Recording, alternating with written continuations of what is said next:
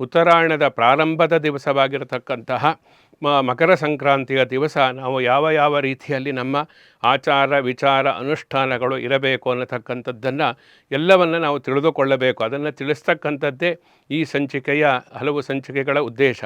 ಆದ್ದರಿಂದ ನಮ್ಮ ಧರ್ಮ ಏನು ಹೇಳುತ್ತೆ, ಶಾಸ್ತ್ರ ಏನು ಹೇಳುತ್ತೆ, ಯಾವ ಹಬ್ಬದ ವೈಶಿಷ್ಟ್ಯತೆ ವಿಶಿಷ್ಟತೆ ಮಹತ್ವ ಅನ್ನತಕ್ಕಂಥದ್ದು ಏನು, ಆ ಸಮಯದಲ್ಲಿ ನಾವು ಏನನ್ನು ಮಾಡಿದರೆ, ಯಾವ ವಿಧಿವಿಧಾನಗಳನ್ನು ಆಚರಿಸಿದರೆ, ಯಾವ ಪೂಜೆಯನ್ನು ಮಾಡಿದರೆ, ಯಾವ ಜಪವನ್ನು ಮಾಡಿದರೆ, ಯಾವ ದಾನ ಧರ್ಮಗಳನ್ನು ಮಾಡಿದರೆ ನಮಗೆ ವಿಶೇಷವಾದಂತಹ ಫಲ ಸಿಗುತ್ತೆ ಅನ್ನತಕ್ಕಂಥದ್ದನ್ನೆಲ್ಲ ತಿಳಿದುಕೊಳ್ಳತಕ್ಕಂಥದ್ದು ತುಂಬ ಮುಖ್ಯ.